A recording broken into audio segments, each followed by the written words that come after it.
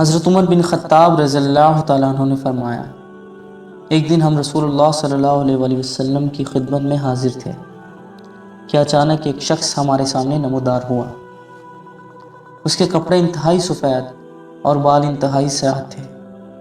اس پر سفر کا کوئی اثر دکھائی دیتا تھا، نہ ہم میں سے کوئی اسے پہچانتا تھا، حتیٰ کہ وہ آ کر نبی اکرم صلی اللہ علیہ وآلہ وسلم کے پاس بیٹھ گیا اور اپنے گھٹنے آپ کے گھٹنوں سے ملا دیے اور اپنے ہاتھ آپ صلی اللہ علیہ وآلہ وسلم کی رانوں پر رکھ دیے اور کہا، اے محمد صلی اللہ علیہ وآلہ وسلم، مجھے اسلام کے بارے میں بتائیے۔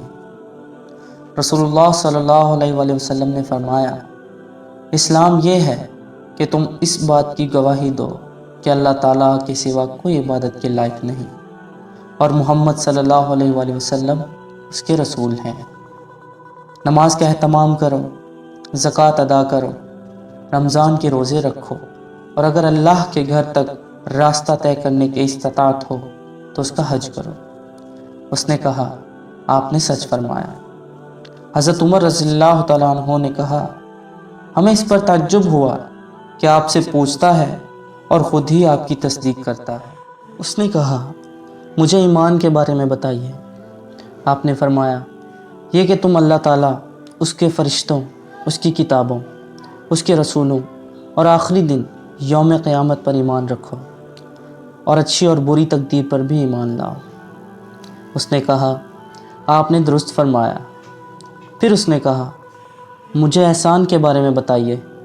آپ نے فرمایا، یہ کہ تم اللہ تعالیٰ کی عبادت اس طرح کرو گویا تم اسے دیکھ رہے ہو، اور اگر تم اسے نہیں دیکھ رہے تو وہ تمہیں دیکھ رہا ہے۔ اس نے کہا، تو مجھے قیامت کے بارے میں بتائیے۔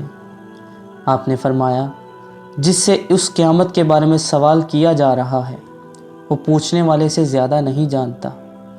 اس نے کہا، تو مجھے اس کی علامات بتا دیجئے۔